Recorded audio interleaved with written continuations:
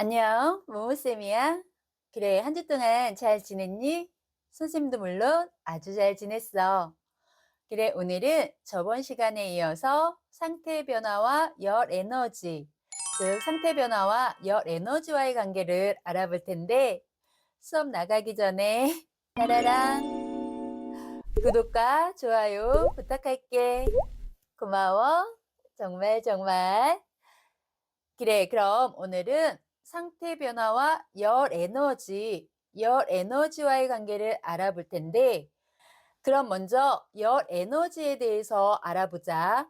에너지란 우리가 3학년 올라가면은 더 자세하게 배울 테지만, 열 에너지는 어떤 물질의 온도를 변화시키는 원인이 되거나 요인이지, 그 물질의 온도를 변화시키거나 아니면 상태를 변화시키는 요인 중 하나의 에너지를 열 에너지라고 하는 거야.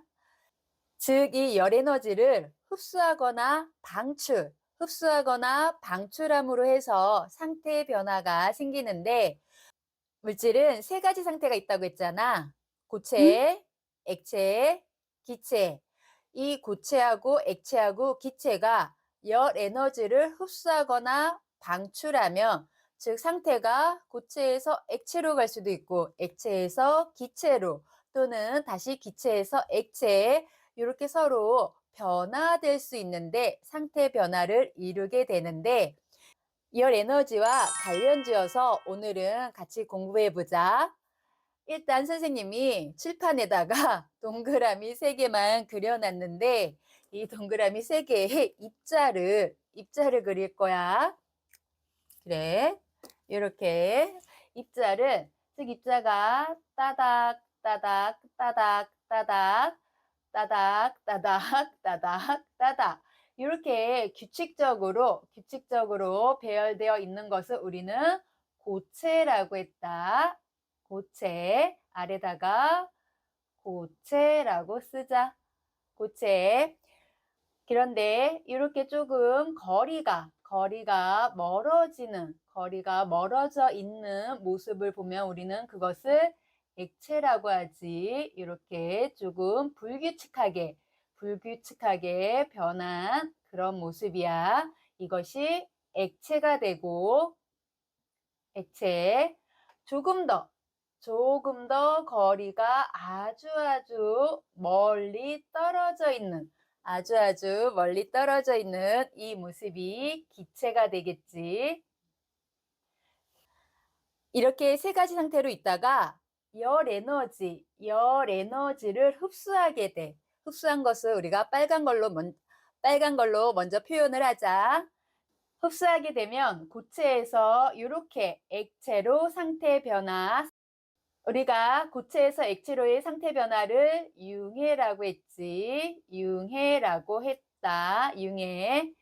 그리고 액체에서도 열 에너지를 흡수하면 액체가 기체로 상태 변화하겠지. 이것을 액체가 기체화 된다고 해서 기화라고 했다. 기화. 즉 우리가 지금 융해나 기화, 그리고 또 하나 있지. 고체에서 바로 이렇게 기체로 바로 가는 것을 승화라고 했지. 승화. 이렇게 빨간 글씨로 적혀져 있는 융의 기와 승화는, 즉 열 에너지를 흡수하는 거야. 흡수. 여기다가 별표 크게 흡수라고 쓸까?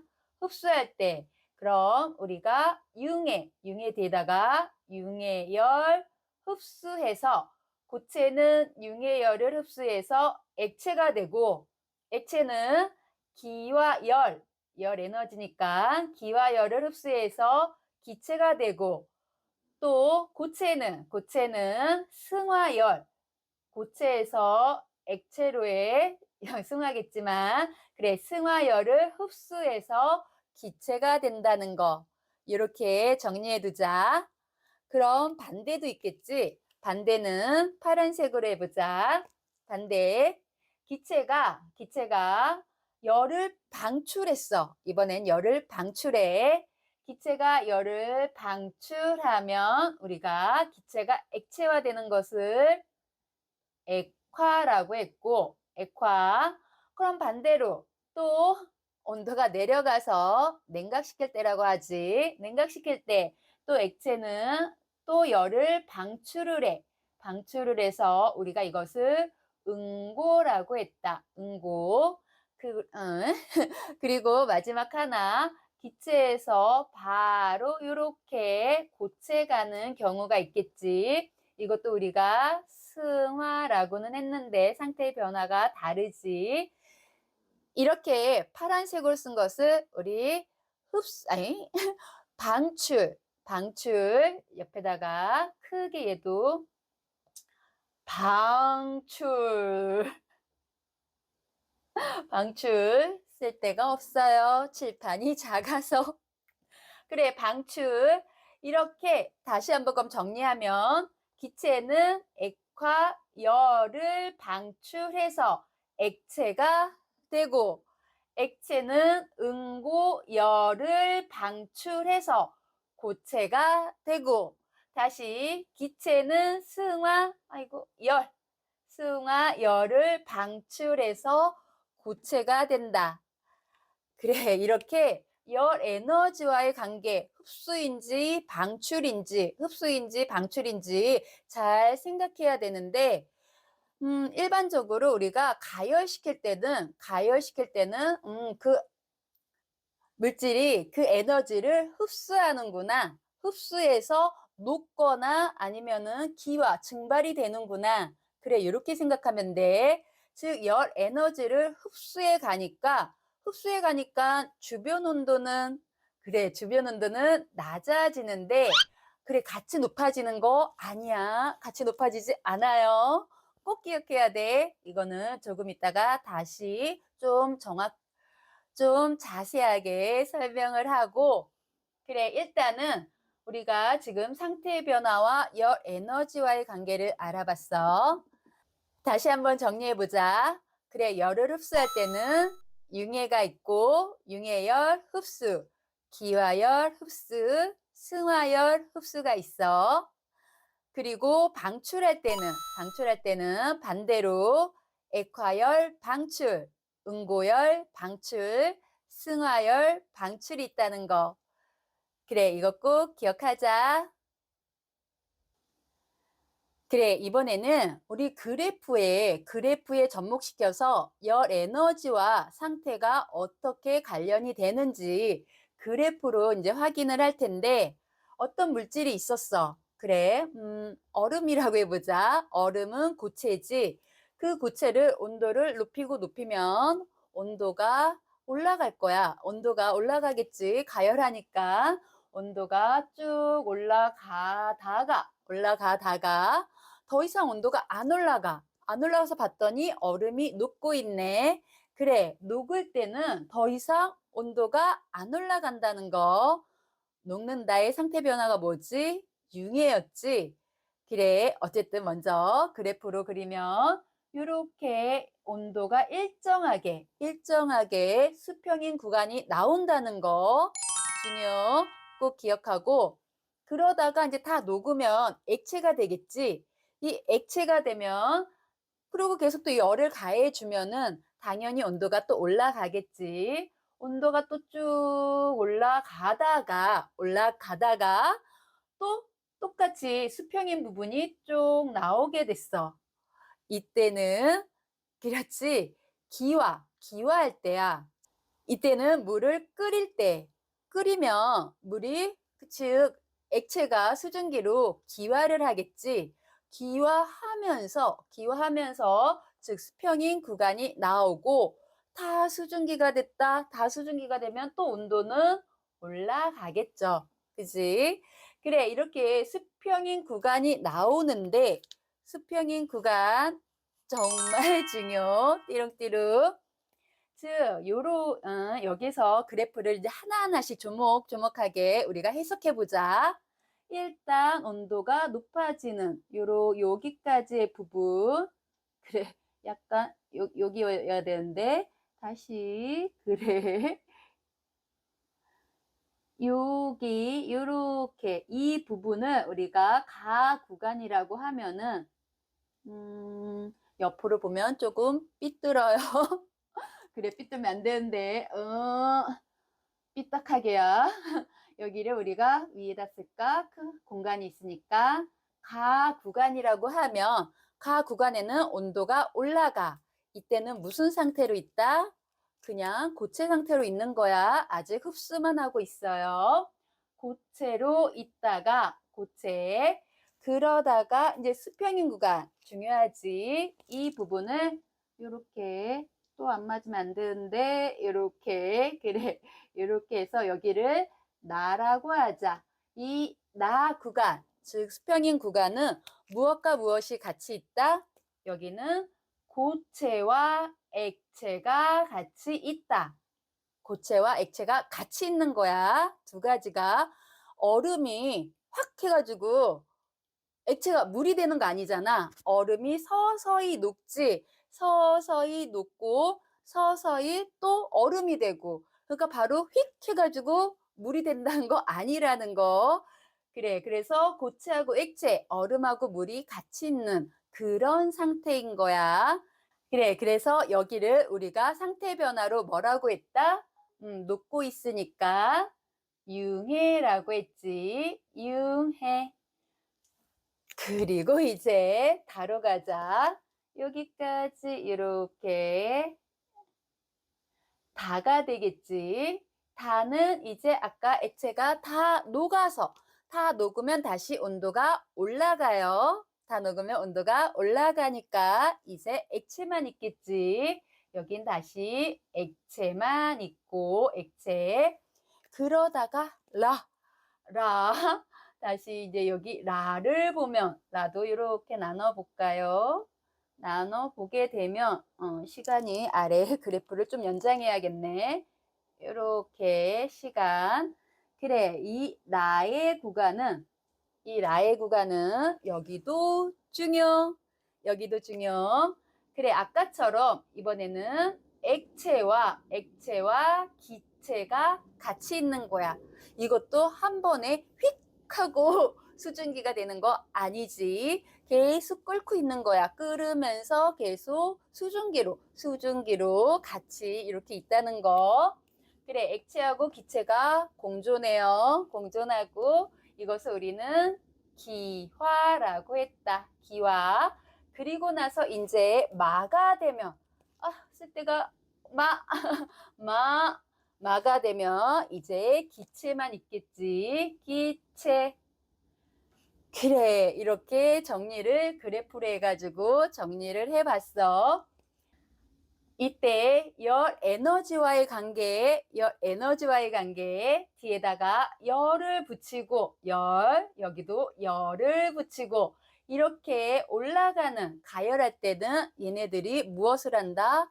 흡수를 한다. 흡수야. 그래서 융해열 흡수 그리고 기화열도 흡수. 그렇기 때문에 이제 더 하나 이것을 우리가 앞에 거 정리한 거고 그렇기 때문에 이제 앞에서 선생님이 여기서 정리하자고 한 건데 그래 주변 온도는 어떻게 된다? 이 물질이 열을 흡수해 갔으니까 주변 온도는 내려간다. 주변 온도는 내려간다. 그래. 주변 온도 주변 온도는 내려간다. 여기도 똑같겠지. 주변 온도는 내려갑니다. 그래, 이것까지 꼭 기억해 둬야 돼. 그래서 우리가 물을 그러니까 여름에 물을 좀 더울 때 뿌리잖아. 그 이유가 즉 이 이유였던 거야.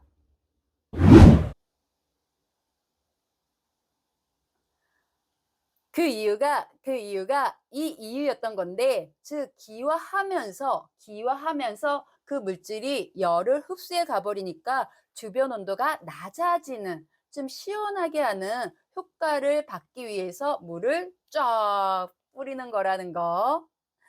그래, 요거 꼭 기억해 두자. 그럼 입자와의 관계는 어떨까?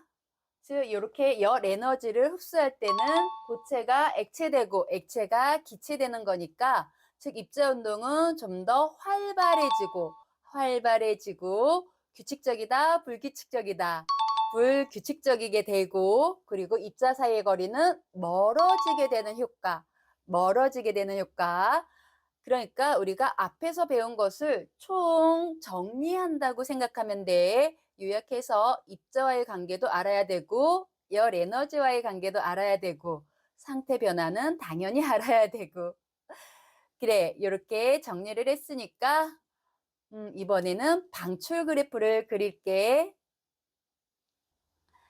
이번에는 냉각시킬 때, 즉 열 에너지의 방출 그래프를 그려보자. 그래, 물을 갖고 왔는데 냉장고에 넣었다고 생각하고 그럼 온도가 점점 내려가겠지. 이렇게 온도가 얼마 정도 똑같이 내려가다가 여기도 이렇게 수평인 부분이 나와. 그리고 나서 다시 이렇게 내려가는데 그래, 여기는 지금 아까는 두 개였는데 아까 여기는 지금 수평 구간이 하나네. 왜? 선생님이 액체라고 얘기했잖아. 기체부터 시작했으면은 두 군데 있겠지만 선생님이 액체로만 지금 얘기를 했어. 그래, 액체가 지금 뭐 여기도 똑같이 구간을 나눠볼까? 이렇게 해서 가의 구간은 액체가 있을 거야. 액체. 그러다가 조금 이렇게 수평인 구간은 중요하다고 했어요. 그래, 나의 구간은 수평인 구간에서는 같이 있어. 우리 수평하게 같이 있자, 나란하게 같이 있자, 같이 있는 거야. 그래, 그래서 액체와 고체가 같이 있다.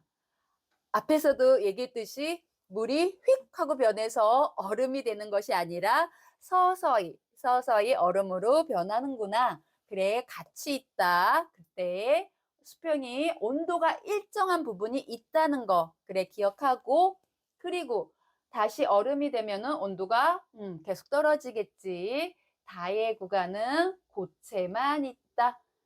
그래, 이렇게 알아두면 되고 그럼 똑같이 우리 상태 변화를 액체에서 고체되는 상태 변화를 응고라고 했지. 딱딱하게 굳어지는 거. 그럼 응고 뒤에다가 열만 붙이면 돼. 열. 응고, 열. 응고열 뭐다? 방출이야, 방출. 응고열은 방출하고 중요한 거 또 나오지? 주변 온도는 얘가 온도 에너지를 방출해 주는 거야. 열 에너지를 방출해 주니까 주변 온도는 어떻게 될까? 높아진다는 거 중요. 주변 온도는 높아진다. 주변 온도는 높아진다. 그래, 그럼 아까하고 똑같이 입자 배열은 액체에서 고체되는 거니까 액체에서 고체된다, 기체에서 액체된다. 다 어떻게 되는 거다?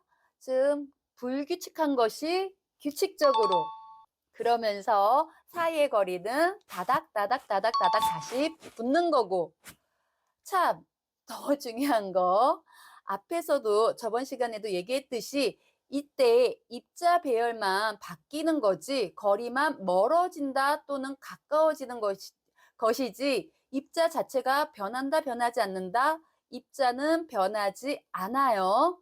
이게 물 입자였으면 그대로 물 입자야지 이게 물 입자여야 하지 물 그런데 갑자기 설탕이 되거나 설탕이 되거나 뭐 산소가 되거나 수소가 되거나 이러지는 않는다는 거. 그래. 그래서 입자 자체는 변하지 않는다는 거 기억하고 이렇게 주변 온도와 관계를 다 정리해 봤으니까 이번에는 딱 하나 조금 간단한데 시험 문제에서 점수가 오락가락할 수도 있는 거거든. 한번 선생님이 이걸 지우고 그려볼게. 이렇게 화살표가 양방향으로 있는 것을 하나 그려봤는데 이것은 아마 2학년 때 진짜로 다시 나올 텐데 우린 여기서 조금만 업그레이드 했다고 생각하고 알아보자. 이렇게 이쪽으로 갈 때는 요렇게 갈 때는 온도가 내려갈 때라고 생각하면 돼. 온도가 내려갈 때. 그래서 이렇게 중간에 이렇게 나누고 그럼 반대로 이쪽으로 올 때는 온도가 높아질 때라고 생각하면 돼. 온도가 높아질 때. 그래. 그래서 또 요렇게 나누면 물질은 세 가지 상태에서 하나로 존재한다고 그랬어. 세 가지 상태에서 하나로 존재하는데 우리가 그것을 여기다가 고체, 고체, 액체, 그리고 기체라고 쓰고, 기체라 쓰고, 이 열 에너지를 가해줘서 어떤 온도, 이 온도를 우리는 녹는 점이라고 하거든. 그래, 여기 녹는 점. 녹는 점이, 이 점이 온도야, 온도. 그래, 온도가 어떤 녹는 온도의 이상이 되면 걔는 녹아서 액체가 되는 거야. 액체. 그래, 녹는 점 또는 이것을 우리는 어는 점이라고도 하는데, 어는 점. 그래, 이건 2학년 때 조금 더 배울 테니까 그냥 어떤 온도인가 보다라고 생각하면 돼. 그리고 요것을 우리가 끓는 점. 끓기 시작할 때 온도, 점은 온도야. 점인데 재미라고 썼네. 끓기 시작할 때 온도를 끓는 점이라고 하는데 물을 예를 들어서 물은 녹는 점이 0도잖아. 물은 녹는 점이 0도거든. 상온 0도. 0도에서 즉 녹기 시작하기 때문에 0도보다 높다 그러면 그 물질은 액체로 되어 있는 거고 그 물질은 물이겠지. 그래, 그 물이 끓는 점은 100도에서 끓지. 좀 상식으로 기억할까? 그래, 물은 100도에서 끓는데 100도씨 이상이 됐어. 100도씨 이상이 됐어. 그러면은 그 물은 기체화돼서 수증기로 있구나. 이렇게 알면 돼. 예를 들어서 어떤 물질에 녹는 점하고 끓는 점을 가르쳐 주면은 우리가 지금 상온은 약 25도씨를 얘기해. 이 상온에서 무슨 상태로 존재할까요? 하면은 우리가 알아맞힐 수 있어야 하거든. 어떤 물질을 갖고 왔는데 그 물질의 끓는 점이 200이야. 200. 200이면 200을 어디다가 끓는 점에 200을 집어 넣어 보는 거야. 여기 있는 것을 지우고 여기 있는 것을 이렇게 다시 지우고 이 끓는 점을 이렇게 끓는 점하고 녹는 점을 가르쳐 줬으면 그것을 집어 넣어보고 거기다가 똑같이 집어 넣어봐서 25도씨가 지금 상온에서 그 물질은 어디에 있을까 하면은 25도씨가 있는 그 있는 지역은 기체는 아니겠지. 기체는 아닐 거야. 그래, 끓는 점만 가르쳐 줬으니까 걔가 액체인지 고체인지 모르겠네. 그 물체의 녹는 점은 또한 100이라고 해볼까?